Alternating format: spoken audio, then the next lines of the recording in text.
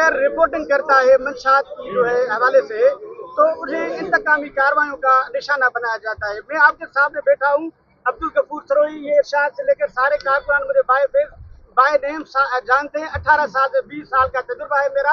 तो जब सहाफ़ी अगर गैर महफूज तस्वर करेंगे, तो ये लोग बाकी आम कैसे हक के लिए आवाज़ उठाएंगे? हम तो कोई डेमोक्रेसी में नहीं रहते हैं। ये डेमोक्रेसी नहीं है जिस तरह शहीद मोहतरमा बेनज़ीर चाहती थी। शहीद मोहतरमा बेनज़ीर तनकीद बर्दाश्त करती थी। अगर लोग शायद अखबार में या रिपोर्टिंग में या इनके अपने मेंबरान भी उनको तनकीद करते थे तो वो बर्दाश्त करती थी। कभी उनको मुअत्तल नहीं किया, कभी उनको बाहर भी नहीं निकाला, कभी उन पे सज़ा भी नहीं दिलवाया, कभी भी कुछ इस तरह नहीं की थी। बस उनके वो बहुत मेहरबान औरत थी। और ये जो है, ये लोग करप्ट लोग हैं, ये लोग डिक्टेटरशिप चला रहे हैं, ये लोग फ़िरौनी निज़ाम चाहते हैं।